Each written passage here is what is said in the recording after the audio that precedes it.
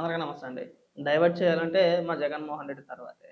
Social మీడియాలో ఎప్పుడైతే అమర్ రాజా కంపెనీకి సంబంధించి వైఎస్ఆర్‌సీపీ పార్టీ వాళ్ళు కావాలని చెప్పేసని తరిమేశారు అని ఎప్పుడైతే వైరల్ అవ్వడం, ట్రోల్ చేయడం మొదలుపెట్టారో, సాక్షిలో ఒక వార్త రాసుకొచ్చారండి. ఇవాళ వచ్చినమాట. చదివి వినిపిస్తాను చూడండి. నాడు నంబర్ 1 అంట, నేడు నంబర్ 8 అంట. ఈజ్ ఆఫ్ డూయింగ్ బిజినెస్‌లో ఇది బాబు మార్క్. పరిశ్రమలన్నీ పక్క రాష్ట్రాలకు. నీతి ఆయోగ్ సాక్షిగా తేటతెల్లం. పెద్ద ఎత్తున పరిశ్రమలు, ఉద్యోగాలంటూ 2 ఏళ్లుగా చేస్తున్న ప్రచారం పబ్లిసిటీ స్టంటే. కప్పం కట్టలేక పారిపోతున్న పరిశ్రమలు. అంతా విచ్చలవిడి అవినీతి, రెడ్ బుక్ రౌడీయిజం అంటున్న విశ్లేషకులు. ఆ విశ్లేషకులు ఎవరనుకుంటున్నావు? మా మేధావులున్నారు కదా! అదే మా క్యాథరిన్ అక్క, మా ముసుగు మేధావి, అదే ముసలి మేధావి. ఇంకో నలుగురు, ఐదుగురు ఉన్నారనమాట. వాళ్ళే విశ్లేషకులు. వీళ్ళ దృష్టిలో వాళ్ళే విశ్లేషకులు. రాష్ట్రంలో అచ్చంగా నడుస్తుంది. బినామీలకు అడ్డగోలుగా కోట్ల విలువైన ప్రభుత్వ భూములను కట్టబెట్టడమే. బాబు మార్పు సంపద సృష్టి ఇదే. వీళ్ళ రాసుకొచ్చిన సాక్షిలో వార్త. అయితే వీళ్ళ హయాంలో జగన్మోహన్ రెడ్డి అధికారంలో ఉన్నప్పుడు ఇప్పుడు ఏదైతే ఇవన్నీ రాసుకొచ్చారో కప్పం అని చెప్పేసని, లేదంటే బినామీలు అని చెప్పేసని, కోట్ల రూపాయలని, ఇవన్నీ జగన్మోహన్ రెడ్డి హయాంలో జగన్మోహన్ రెడ్డి ముఖ్యమంత్రిగా ఉండగా వాళ్ళు చేసినవే ఇవన్నీ. అవి ఇప్పుడు ప్రభుత్వం పైన రుద్దేసే ప్రయత్నాలు చేస్తున్నారు. గతంలో అమర్ రాజాను ఉద్దేశించి సదల రామకృష్ణారెడ్డి ఒకసారి ఏమని మాట్లాడాడో వినిపిస్తాను వినండి. అమర్ రాజా బ్యాటరీ వాడు పోవడం కాదు, ప్రభుత్వం పొమ్మంటోంది బాబు దండం పెట్టి. వాడు పోవడం కాదు, ప్రభుత్వం పొమ్మంటోంది బాబు దండం పెట్టి. ఒక భారీ పరిశ్రమ రాష్ట్రం నుంచి వెళ్లిపోతున్నట్టే దాన్ని ఆపేందుకు ప్రయత్నించాల్సిన కీలక స్థానాల్లోని వ్యక్తులే ఎంత బాధ్యత రాహిత్యంగా మాట్లాడారు. వైకాపా ప్రభుత్వ వేధింపులతో రాష్ట్రం నుంచి పరిశ్రమలు తరలిపోయే పరంపర కొనసాగుతుంది. హైదరాబాద్ వేసుకొచ్చాను. తాజాగా అమరరాజా బ్యాటరీస్ నూతనంగా చేపట్టనున్న విస్తరణ తెలంగాణకు తరలిపోయింది. విన్నారు కదా? ఇది జగన్మోహన్ రెడ్డి అధికారంలో ఉన్నప్పుడే అప్పుడే వెళ్ళిపోయింది. ఇప్పుడు ఏం వెళ్ళలేదు. వేళ కొత్తగా వెళ్ళింది ఏమి కాదు. ఆ రోజుల్లో వీళ్ళు వేధించారు. ఆ వేధింపులు తాళలేక తెలంగాణలో పెట్టుకున్నారు. మా కేటీఆర్ గారు మరీ శాలువా కప్పి మరీ ఆహ్వానించారు. రండయ్య, మీరు ఇక్కడ పెట్టుకోండి, మాకు ఎలాంటి అభ్యంతరం లేదు, మీకు రాజమార్గ వేద్దాం, రెడ్ కార్పెట్ వేస్తాం, మేము కళ్ళు కత్తుకొని తీసుకుంటాం. మనకిక్కడ మన రాష్ట్ర ప్రభుత్వానికి వీళ్ళు ఏమని ఏమని వేధించారు, కారణాలు ఏమని చూపించారు?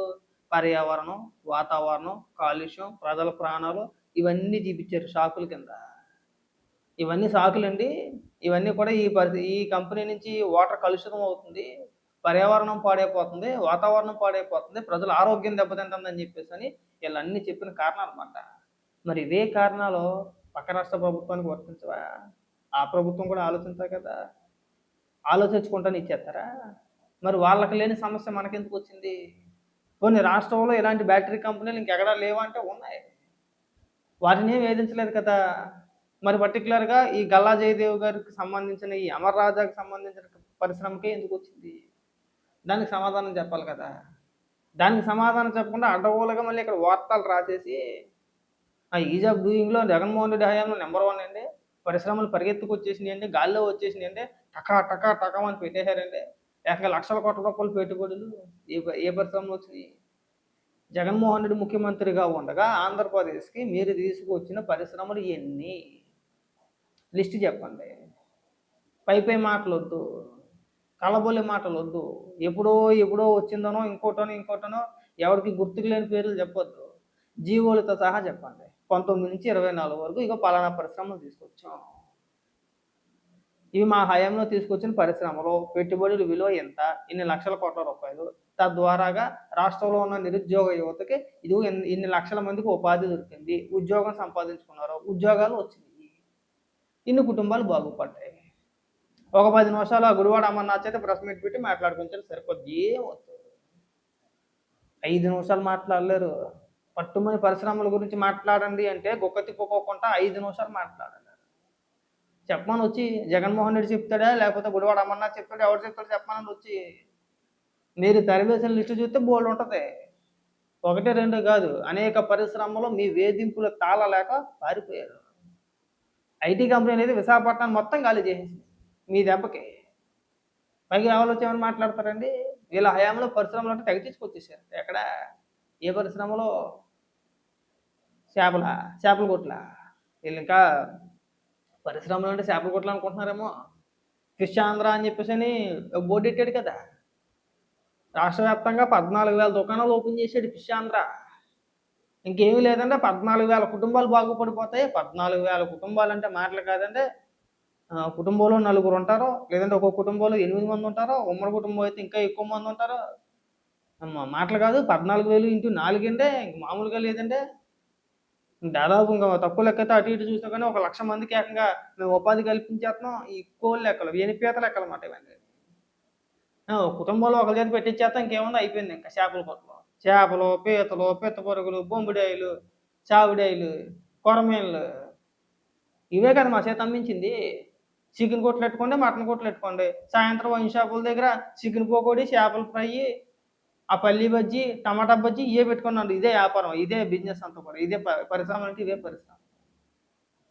అవే చెప్పుకొచ్చారు. నేనేం అబద్ధం చెప్పట్లా. మీరు చూడండి. డైరెక్ట్‌గా ముఖ్యమంత్రి జగన్మోహన్ రెడ్డి పులివెందుల్లో ఒక సభ పెట్టుకొని అసలు పుట్టి పెరిగిన కాడి నుంచి పులివెందుల ప్రాంత ప్రజలు అసలు చేప అంటే ఏంటో తెలియనట్టు, అసలు చేపల మొహం ఎప్పుడూ చూడలేనట్టు, జగన్మోహన్ రెడ్డి చేపల్ని అంతరిక్షం నుంచి తీసుకొస్తున్నట్టు ఇచ్చిన ఓవర్ యాక్షన్, ఇచ్చిన బిల్డప్, ఒక మైకోటి పెట్టుకుని టప టప టప టప టపమని కొట్టేసి చేత్తో ఇటోసారి ఇసిరేసి, ఆ ఇసిరేసిన తర్వాత మీ జీవితంలో మీ బతికెట్టుకునేటప్పుడు చేపలు చూసారా? నేను తెప్పిస్తున్నాను చేపలు. పులివెందుల్లో చేపల కొట్లు ఎప్పుడైనా వస్తాయని చెప్పేసి మీరు ఊహించారా? నేను తెప్పిస్తున్నాను చేపల కొట్లు. మీ బతికెట్టుకుని ఎప్పుడైనా చేపలు తిన్నారా? నేను తినిపిస్తాను మీ చేత. జగన్మోహన్ రెడ్డి కొట్టిన డైలాగులు నేనేమో అబద్ధం చెప్పట్లా. ఒకసారి చూసుకుంటే మీకు అర్థమైపోతుంది. చేపల కొట్లు ఎట్టేసాడు. పట్టుమని ఒక నెల రోజులు నడలేదు. నెలకే ఎత్తేసాడు. కావల్లో ఇవాళ కూడా ఉంటుందా ఆ ఫ్లెక్సీ ఒకటి చేపల కొట్లకు సంబంధించి. నా దగ్గర ఉండాలి వీడియో, మరి ఉందో డిలీట్ చేసినా తెలియదు. లాస్ట్ టైము అటువైపు వెళ్తున్నప్పుడు నేను రికార్డ్ చేసిన మాట వీడియో ఒకటి. ఏది మా నాన్న పనోడుతానమాట. మరి దాని గురించి ఎవరు సమాధానం చెప్తాడు? లేనట్టుంది, ఎక్కడ మిస్ అయింది. ఈసారి నెక్స్ట్ టైం ఎప్పుడైనా అటు సైడ్ వెళ్ళినప్పుడు ఖచ్చితంగా ఆ చేపల కొట్టుకు సంబంధించింది, ఫిష్ ఆంధ్రాకి సంబంధించింది ఖచ్చితంగా మీకు ఫోటోలు, వీడియోలు ఖచ్చితంగా తీసి పెడతా.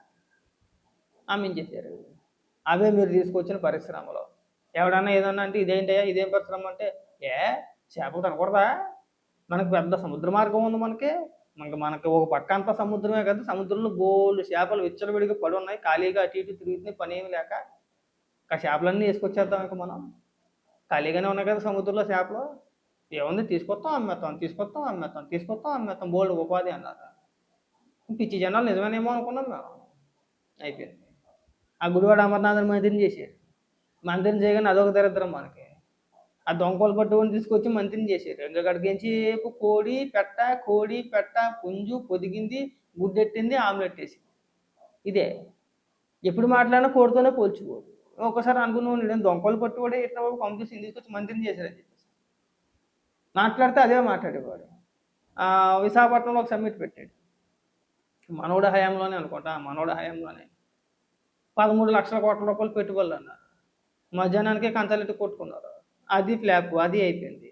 దాన్ని డైవర్ట్ చేయడానికి అసెంబ్లీలో చంద్రబాబు నాయుడు గారిని విక్రించడానికి ఈ పనోడు ఎవడో గుడివాడ అమర్నాథ్ వీరు తీసుకొచ్చిన పరిశ్రమలు అని చెప్పేసి చంద్రబాబు నాయుడు గారిని విక్రించే ప్రయత్నంలో బొబ్బట్లు, మామిడి తాండ్రే, మసాలా సరుకులు, అల్లం వెల్లుల్లి పేస్ట్, ఇంకా ఒడియాలు ఇవన్నీ చదువుకుంటూ వచ్చేసాడు. అంటే మినిమం నాలెడ్జ్ లేదన్నమాట, కనీస అవగాహన లేదు. ఒక రాష్ట్ర ప్రభుత్వం ఏదైనా ఒక పరిశ్రమతో ఒప్పందాలు కుదుర్చుకోవాలంటే కనీస దానికి కొన్ని రూల్స్, రెగ్యులేషన్స్ ఉంటాయి, ఉండవు కదా. కనీస ఆ పరిశ్రమకి ఒక అర్హత అనేది ఉంటుంది కదా, ఉండదు కదా. అవేమీ లేకుండా గుడ్డెద్దు చేయలేవు పన్నెట్టు చదివేసాడు. ఒక పరిశ్రమ అంటే కంపెనీతో ఒప్పందాలు కుదుర్చుకోవాలంటే అది ఎంత పెద్ద ప్రాసెస్.